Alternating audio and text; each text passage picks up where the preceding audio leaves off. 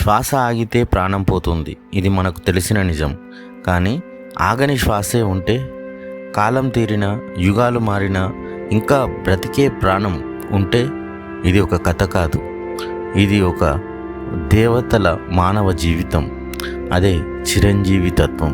మన హిందూ ధర్మంలో దేవతలకు కూడా మరణం ఉంటుంది. కానీ కొందరు మహాశక్తులు మనుషులై పుట్టి దేవతల కన్నా ఎక్కువ కాలం బ్రతికే వరం పొందారు. వారినే చిరంజీవులు అంటారు. వారు మన పురాణాల ప్రకారం 7 ఉన్నారు. కానీ వారి రహస్యం ఇప్పటికీ భూమిపై దాగి ఉంది. అశ్వత్థామ, బలిర్వ్యాసో, హనుమాచ, విభీషణ, కృపః, పరశురామచ్చ, సప్తైతే చిరంజీవినః. ఈ శ్లోకంలో చెప్పబడిన 7 చిరంజీవుల గురించి తెలుసుకుందాం. వారి జీవిత రహస్యాలేంటి, వారి చిరంజీవితత్వ కారణాలు, వారి పునర్జన్మల ధర్మయాత్రలు, ఇవన్నీ మనం ఒక్కొక్కటిగా తెలుసుకోబోతున్నాం. ఈ వీడియో చివరి దాకా చూడండి. నిజంగా వారంతా ఇంకా బ్రతికే ఉన్నారా? ఉంటే ఎక్కడున్నారు వారు? ఎందుకు ఈ భూమిపై వారికి మరణం లేదు? ఈ ప్రశ్నల కోసం వీడియో చివరి వరకు చూడండి. మన పురాణాలని కాదు, మన అంతరాత్మ, మన విశ్వాసం, మన ధర్మ గమ్యం గుర్తు చేసుకోవాలి. సప్త చిరంజీవుల గాథ, మిస్టరీ, భక్తి, జ్ఞానంతో నిండిన ఈ పఠనం విందాం. ధర్మ యుద్ధం ముగిసింది, కానీ కొన్ని ప్రాణాల యుద్ధం మాత్రం ఇప్పటికీ కొనసాగుతుంది. మహాభారతంలో ఓ పతాక పాత్ర, అతడే అశ్వత్థామ. ఇతడు శాపగ్రస్త చిరంజీవి. మహారథి ద్రోణాచార్యుడు కుమారుడు. తండ్రి మరణాన్ని చూడలేక కోపంతో అగ్నిపల్కరుడైపోయాడు. అవమానాన్ని తట్టుకోలేక ధర్మాన్ని దాటి అధర్మాన్ని ఎంచుకున్నాడు. పాండవుల వంశాన్ని నిర్మూలించాలని నిర్ణయించుకున్న అశ్వత్థామ ఒక రాత్రి శత్రువులు నిద్రలో ఉన్న సమయంలో నిశ్శబ్ద వాతావరణంలో పాండవులపై బ్రహ్మాస్త్రాన్ని ప్రయోగించాడు. అది ఉత్తర గర్భంలో ఉన్న శిశువుపై బ్రహ్మాస్త్రం ప్రయోగింపబడింది. ఆ పాపమే అశ్వత్థామ పతనానికి కారణమయ్యింది. ఈ సంఘటన చూసిన తర్వాత శ్రీకృష్ణుడు అశ్వత్థాముని శపించాడు. నీవు శరీరాన్ని మోస్తూ రక్తస్రావం, క్షయ, నానా వ్యాధులతో నలిగిపోతూ ఎప్పటికీ మరణం పొందకుండా ఈ భూమిపై తిరగాలి అని. అన్నీ కోల్పోయిన ఒక యోధుడికి చివరికి మరణం కూడా లేకపోతే ఆ నరకం వర్ణనాతీతం. ఈ శాపంతో అశ్వత్థాముడు నలిగిపోతూ హిమాలయాల్లో నిస్సహాయంగా తిరుగుతున్నాడని పురాణాలు చెబుతాయి. హిమాలయ కొండల్లోని కొన్ని గుహల్లో సాధువులను అనుకోని సమయాల్లో ఎదుర్కొన్నాడని చెబుతారు. అతని నుదుటిపై శివుడి జపమాల ఉండేదని, కానీ అది ఇప్పుడు రక్తమయమైందని అంటారు. శరీరం కుళ్ళిపోతూ ఉందని, అయినప్పటికీ చావలేని స్థితిలో జీవిస్తున్నాడట. ఇక 2వ చిరంజీవి బలిచక్రవర్తి. ఒక దానవుడు దేవతల కన్నా గొప్పవాడయ్యాడు. అతనికి శిరస్సు వంచి స్వయంగా విష్ణుమూర్తి శిరస్సు వాల్చాడు. ఇది బలిచక్రవర్తి జీవితం. ఆయన ఒక దానవ రాజు, కానీ అతని ధర్మపాలన, దానం, వినయం అంటే దేవతలు కూడా ఆశ్చర్యపోయారు. బలి పాలనలో ప్రజలు ఆనందంగా జీవించారు. ఆయన ఎప్పుడూ సత్యాన్నే పలికాడు. దేవతలకు కూడా భయపడని ధర్మాన్ని అనుసరించాడు. ఒకరోజు దేవతలు భూమిని కోల్పోయారు.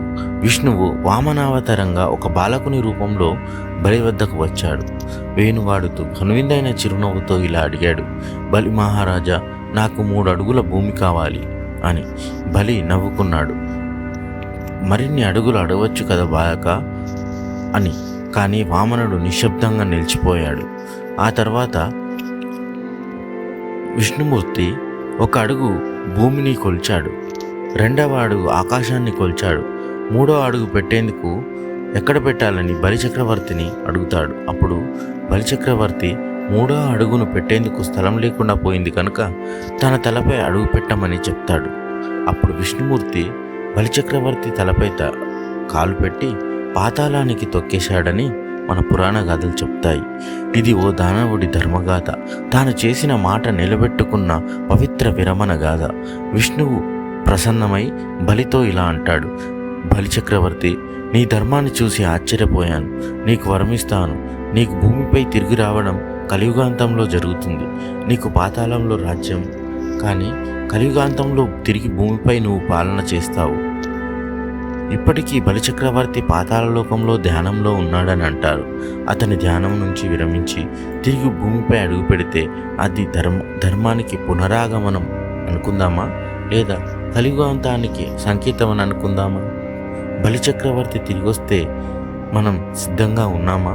ఆయన పరిపాలన తిరిగి వచ్చి కలియుగంలో చేస్తే అది కలియుగానికి అంతమా, లేక కలియుగానికి తిరిగి కర్తవ్యం గుర్తు చేసే గడియ?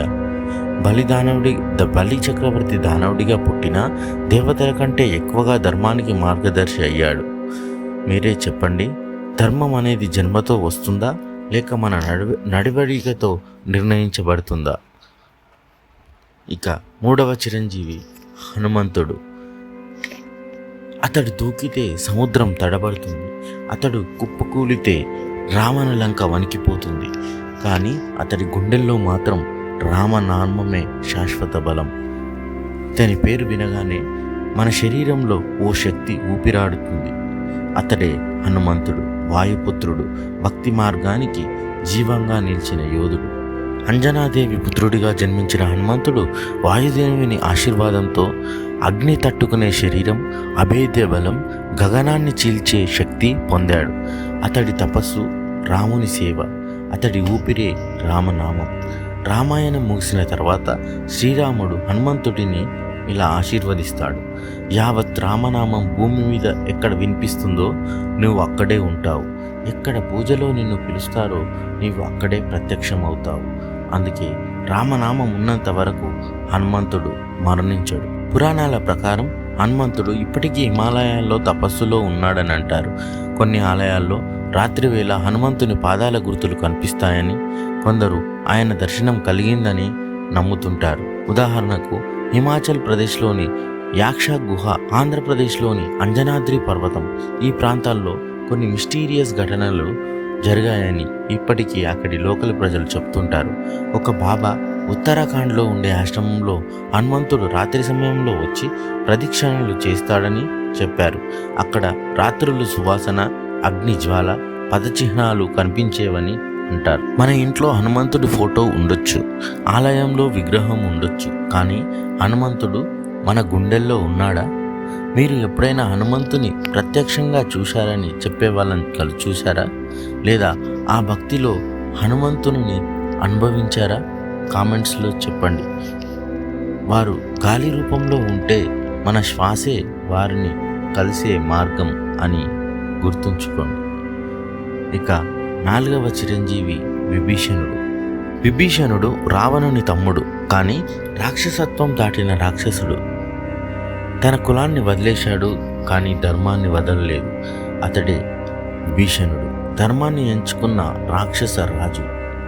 రాక్షసుల రాజ్యమైన లంకలో పాపపుంజమైన రావణుడి తమ్ముడిగా జన్మించిన విభీషణుడు, కానీ ఆయన మనసును పరమశాంతి, పాపం లేకుండా పరమాత్ముని సేవే ఇతని ధ్యేయంగా మలుచుకున్నాడు.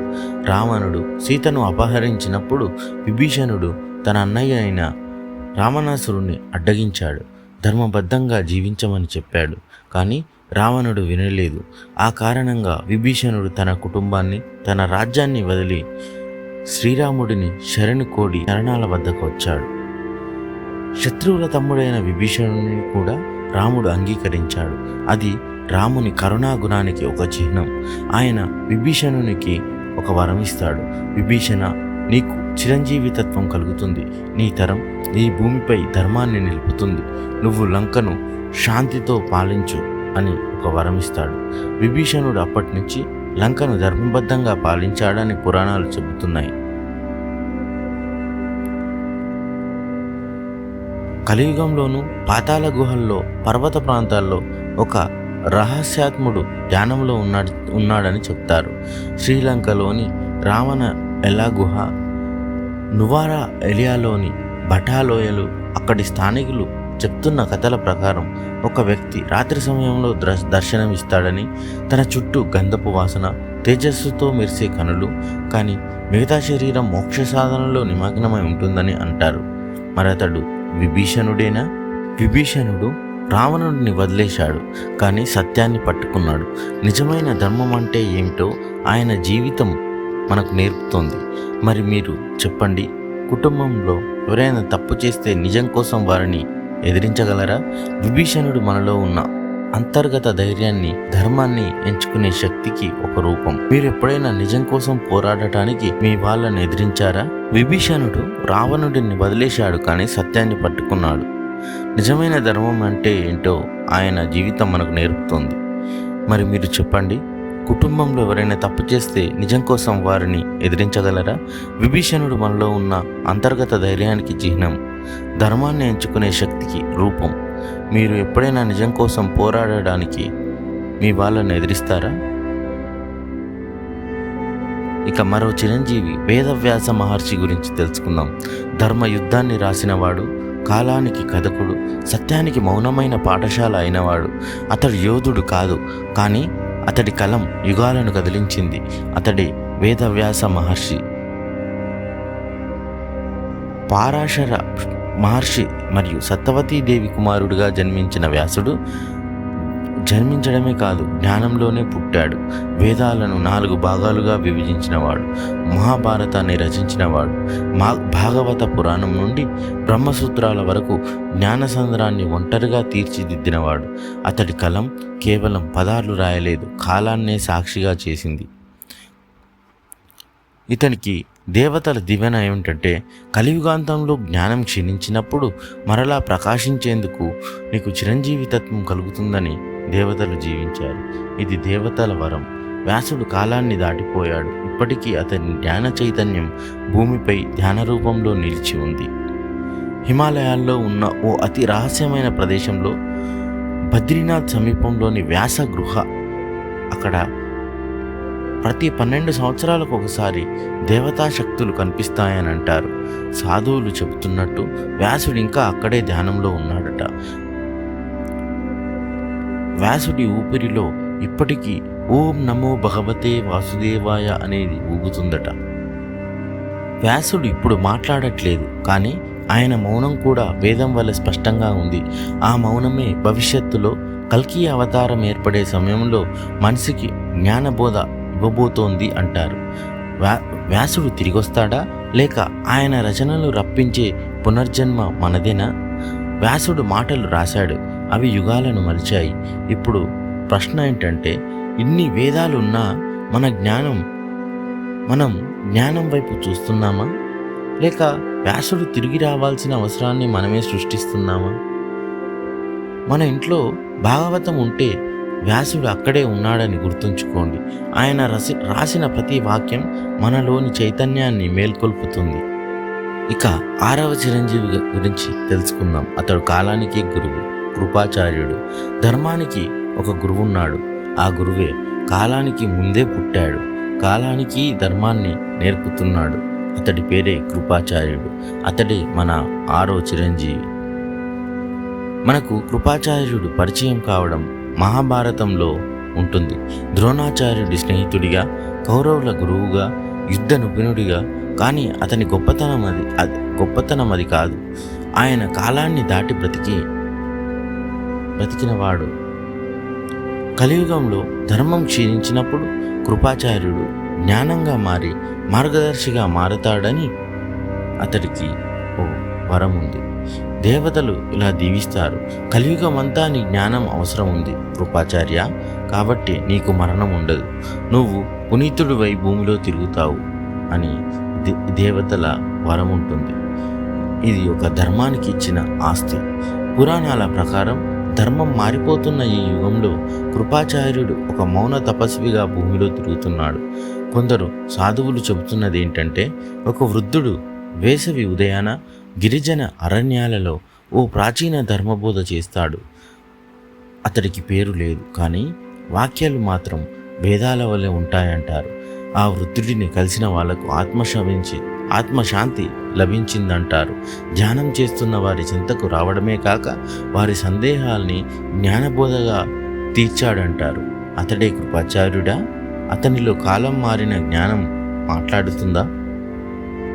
ఒక గురువు కాలానికి గురువైతే అతని శిష్యులు ఎవరవుతారు? కలియుగంలో మానవుడి బాధలకి పరిష్కారం, ప్రమాదాలకి మార్గం, పాపాలకి ప్రాయశ్చిత్తం చెప్పే ఒక గొప్ప వ్యక్తి అతడే కృపాచార్యుడు కావచ్చా?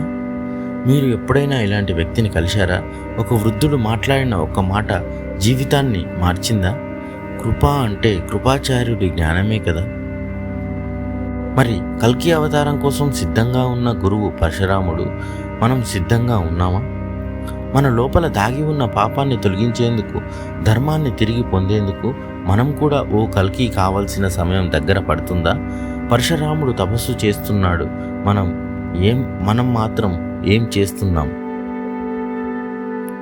ఇదే 7 చిరంజీవుల కథ. వారిని శరీరంతో కాకపోయినా భావంతో, బుద్ధితో, ధర్మంతో, శ్రద్ధతో మనం తెలుసుకోవచ్చు, కలుసుకోవచ్చు. అశ్వత్థామ ఒక శాపగ్రస్త యోధుడు, మరి బలిచక్రవర్తి ఒక ధర్మవంత దానవుడు, హనుమంతుడు శక్తి, భక్తి, సేవకు ప్రతీక్ష, విభీషణుడు నిజం కోసం కుటుంబాన్ని వదిలేసినవాడు, వేదవ్యాసుడు ఒక జ్ఞాన గమ్యం, కృపాచార్యుడు కాలానికి గురువు, పరశురాముడు కల్కి కోసం సిద్ధం చేస్తున్న శక్తి. ఇప్పుడు మీరు ఏ చిరంజీవిని ఎక్కువగా మీలో చూసుకుంటారు? కామెంట్లో మీ అభిప్రాయం చెప్పండి. ఎందుకంటే ఇది కథ కాదు, ఒక జీవన బోధ. ఓం చిరంజీవాయ నమః. మా మితాజీ మంత్ర ఛానల్కి సబ్స్క్రైబ్ చేయండి. మీకు ఇలాంటి మరిన్ని ఇంట్రెస్టింగ్ స్టోరీస్ కావాలంటే కామెంట్స్లో తెలియచేయండి. Thank you.